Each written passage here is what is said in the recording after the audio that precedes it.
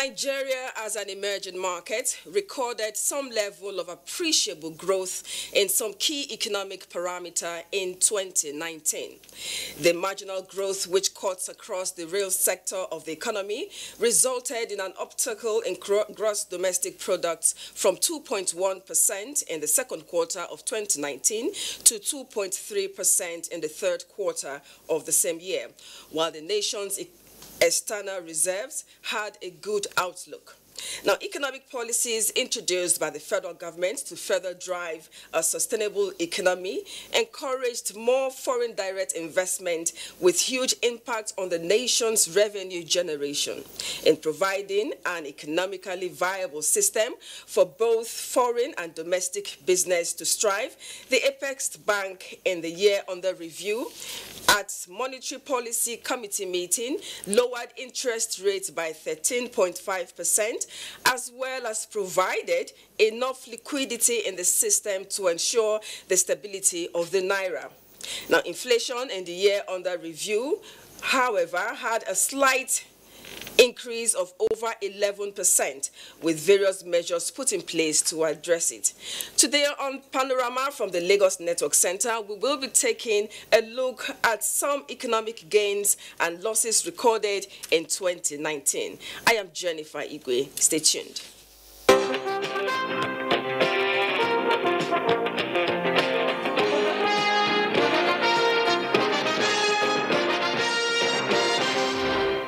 Before the discussions, we first take the news.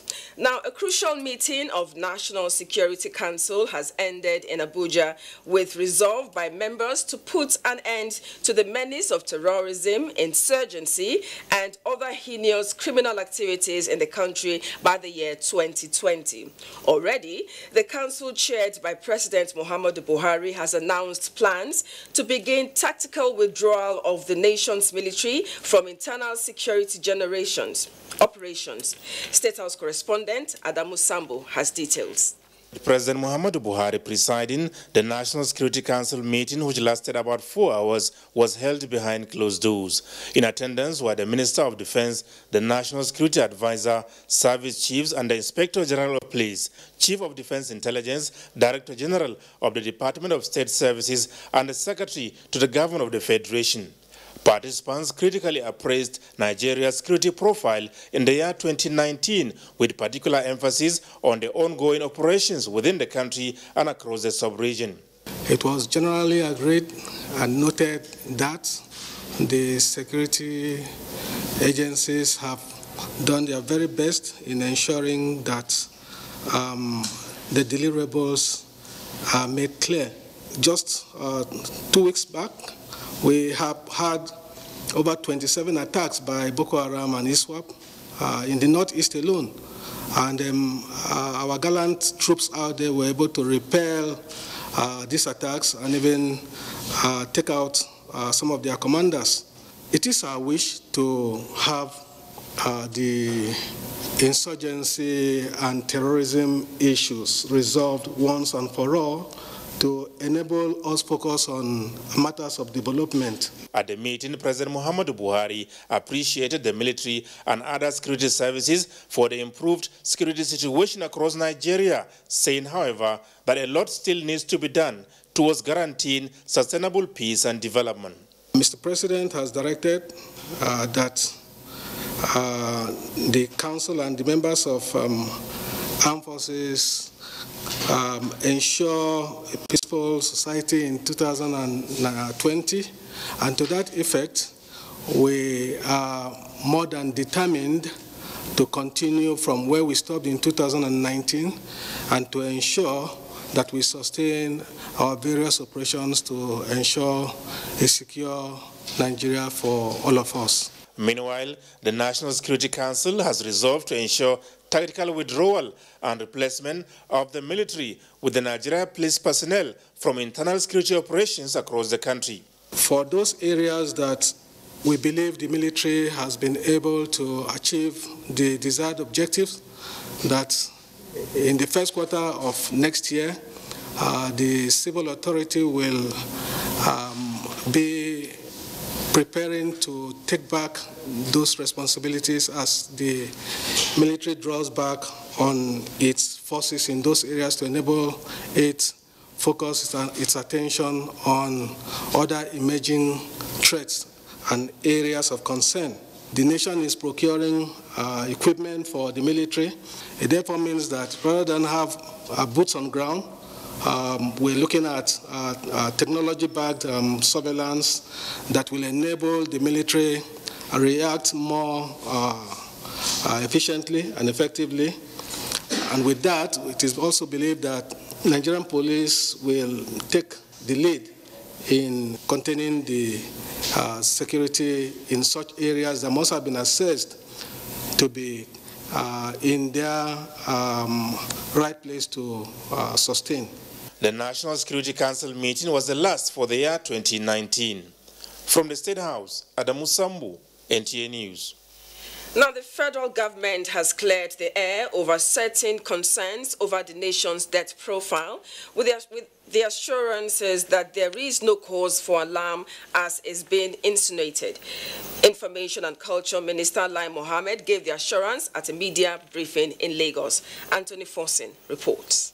I called this press conference to enable us. In what turned out to be a federal government scorecard for the year ending 2019, the Information and Culture Minister, Lai Mohammed, brought to the fore major achievements of the President Muhammadu Buhari-led administration in the year under review, starting by laying the cards on the table with regards to certain concerns about the country's debt profile, which he said is a cumulative borrowing by successive administrations over many years. Therefore, with the quest to provide infrastructure, borrowing, he said, has become inevitable. In the face of massive infrastructural decay, no responsible government will sit by and do nothing.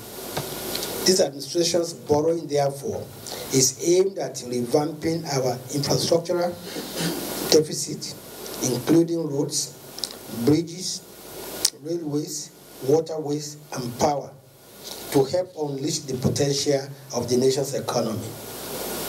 The loans for the educational sector will contribute to the development of our human capital, while the loans for the agricultural sector will help the move to diversify the economy. On the economy, Lai Mohammed said 2019 saw an improvement as the economy grew at an average of 2.2% by the third quarter of 2019, compared to 1.7% over the same period in 2018. The oil and non-oil sectors performed creditably in 2019, growing at an average of 4% compared to 2.4% in 2018. Oil production experienced an average daily rise in 3 years, recording a 2 million barrels per day production. There was a steady trend on inflation as year-on-year headline declined from 15.1% in 2018 to 11.9% by November 2019. Core inflation on its part slowed from 12.1% to 9% between January 2018 and November 2019. Year-on-year food inflation rate decreased from 18.9% in January 2018 to 14.5% in November 2019. Foreign trade performance in the external sector suggests an increase in diversification of exports. By this token, import value as at November 2019 stood at 11.6 trillion naira compared to 9.6 trillion naira in 2018. Export value stood at 14.4 trillion naira as against 14 trillion naira in 2018. Key exports of note. While the value of crude oil exports decreased by 3.78%, non-crude exports rose by over 30% in value between 2018 and 2019. Non-oil exports also doubled from about 1 trillion naira to 2 trillion naira over this period. On fiscal performance, revenue shortfalls were recorded, but prioritization of expenditure led to a high performance.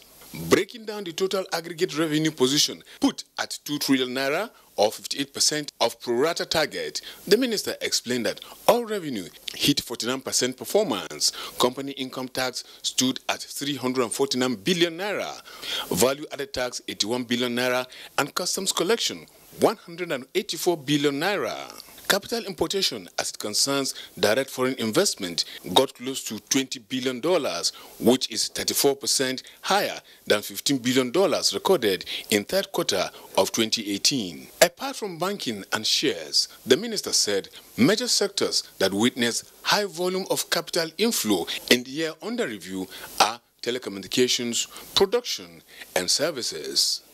In Lagos, Anthony Fosun, NTA News. Now, poverty as a consequence of unemployment has assumed a worrisome dimension in Nigeria. As government continues to find ways of mitigating the problem, in line with President Muhammadu Buhari's plan to lift 100 million Nigerians out of poverty in 10 years, what role can a strategic agency like the National Directorate of Employment play in achieving the objective? Kelvin Ebunoye takes it from here.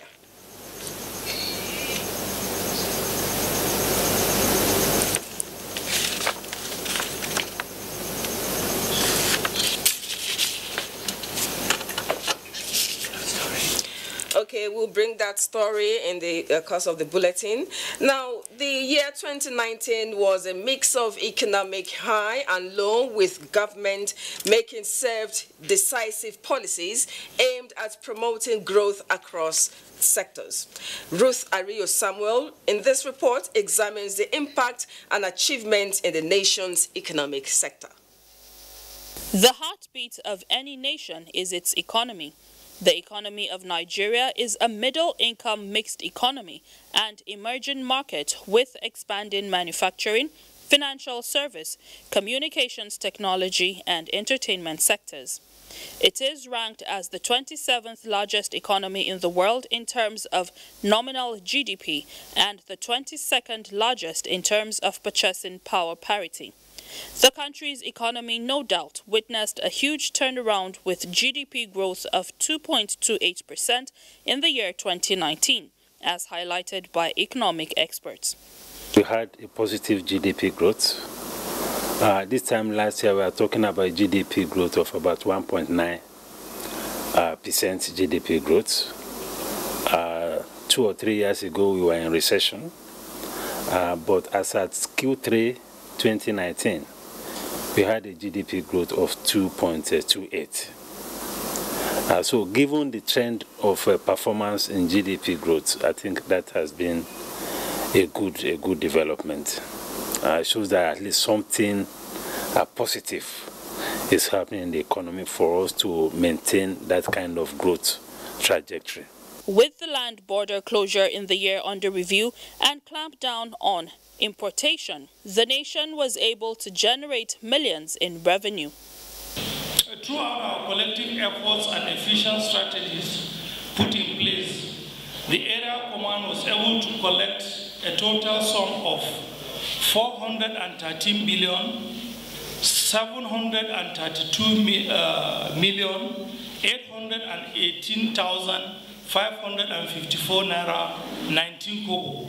Ranging from growth in agricultural production, exchange rate stability, increase in foreign reserve, ease of doing business, the federal government has continued to take steps to diversify the nation's economy, which is expected to increase the nation's GDP in the year 2020.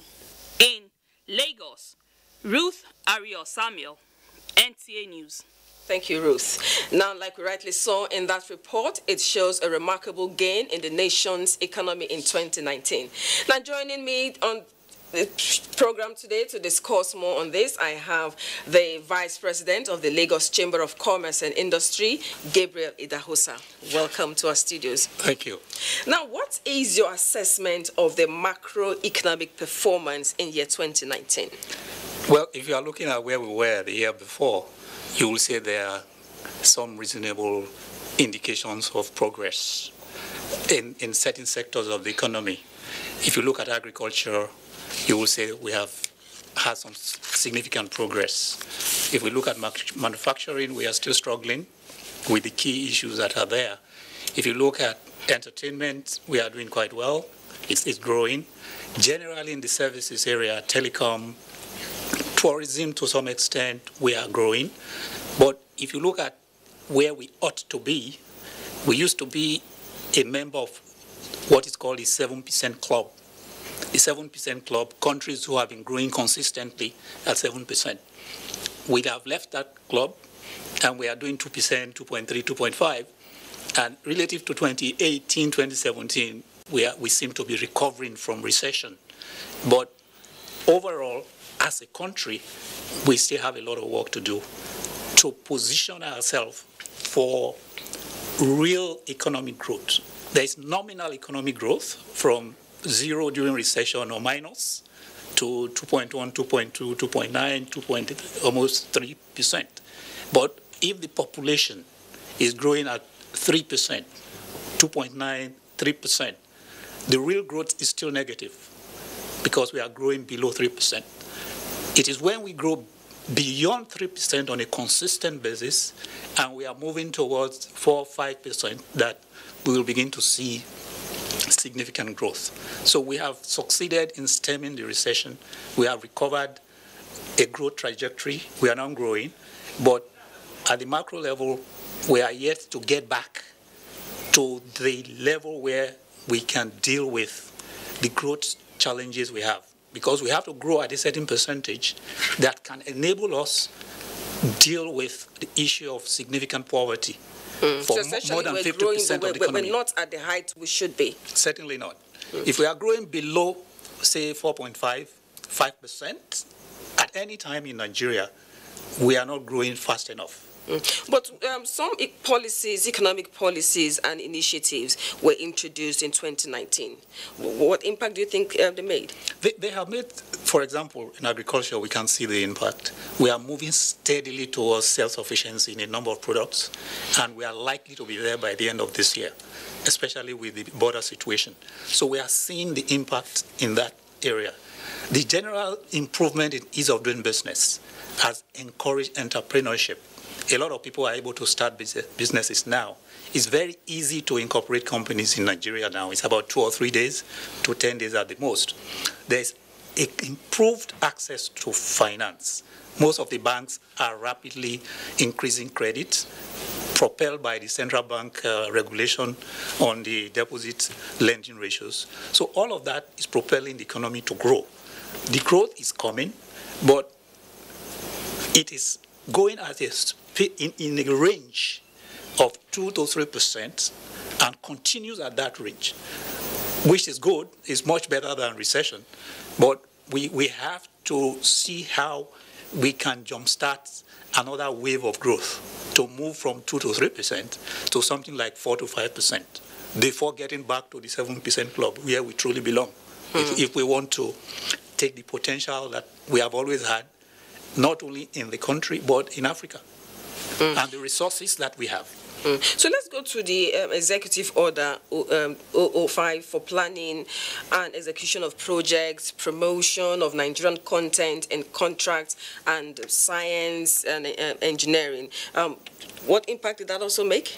Generally professional bodies in Nigeria are excited about that order. Essentially, it expands to the whole country the principles of the Nigerian Content Management and Development Board for the oil and gas industry, which has always been there, which has required that most of our businesses or projects, whether in the purely government projects or projects in significant sectors of the economy like oil and gas, should have a very large local content. It has now been spread to the rest of the economy, which means for most construction projects, most of the engineering design should be done in Nigeria. The engineering construction itself should be supervised as much as possible by Nigerian professionals. Generally, professionals are quite happy. There's a significant implementation, especially for new projects, because they are now required to comply. But for old projects where commitments have been made, we still have significant foreign control and participation. We believe that in another 3, 4, 5 years, with consistent application, we'll begin to see its impact in how our projects are essentially controlled by Nigerians. And we find out now in a lot of projects that are coming out, both federal and state governments are requiring compliance with that order. So from the level of conception of the project to design to implementation, The order requires that Nigerians should play a dominant role, not a peripheral role. We should take charge of the conception and design of projects, no matter how large they are, in cooperation with foreigners where we need support. But where we can do it ourselves, the order essentially says we should begin to do those projects on a mandatory basis, not on a voluntary basis by government agencies or even in the private sector. Let's talk about the closure of the border, the land borders, for instance, has helped in remarkable production of local goods and export. I want to know your take on that. Well, I think perhaps the biggest benefit from the closure is a clear manifestation of what the open borders have been doing to Nigeria for so many years. Within the period of 4 or 5 months, from August to now, the farmers, the agro-processing industry, all the value chain in the agriculture, at least, are saying that we can actually feed Nigeria if we have the right policy environment. So it's essentially a good step in the right direction. It's a very, very good step, and there's hope that government will see the full benefit if the closure is held within a certain time frame. Thank you very much. We've been talking to the Vice President of the Lagos Chamber of Commerce and Industry, Gabriel Idahosa. Thank you for coming to Panorama. Thank you. We'll take a short break. Panorama continues shortly. Please stay with us.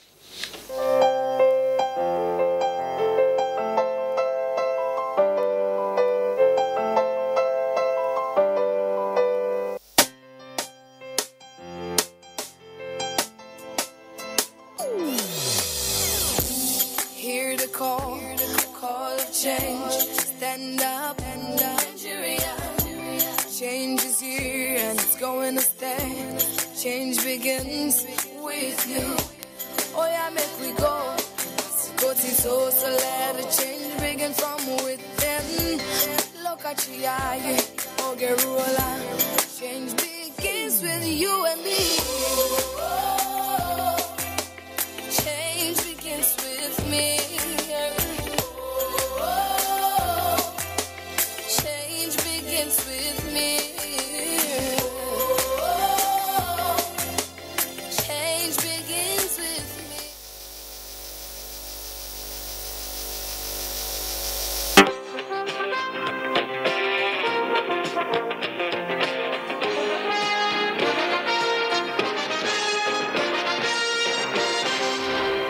Welcome back.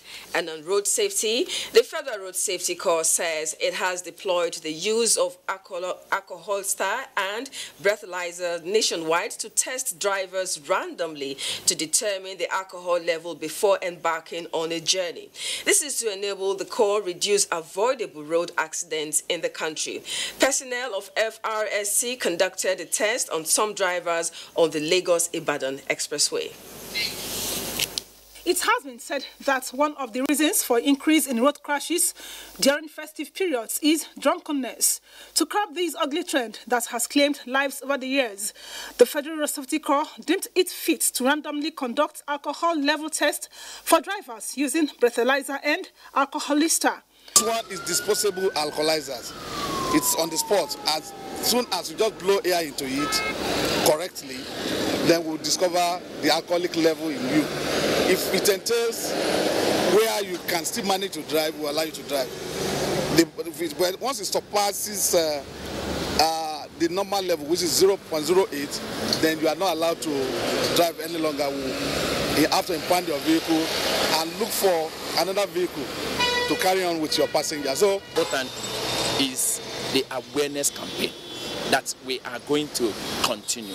With the pact we have with the BSG group, from now till even up to February, we have already mapped out how we are going to go from one motor park to the other in Lagos State to continue this sensitization exercise. Some of the selected drivers on the Lagos-Ibadan Expressway tested negative and were allowed to continue their journey. Correct.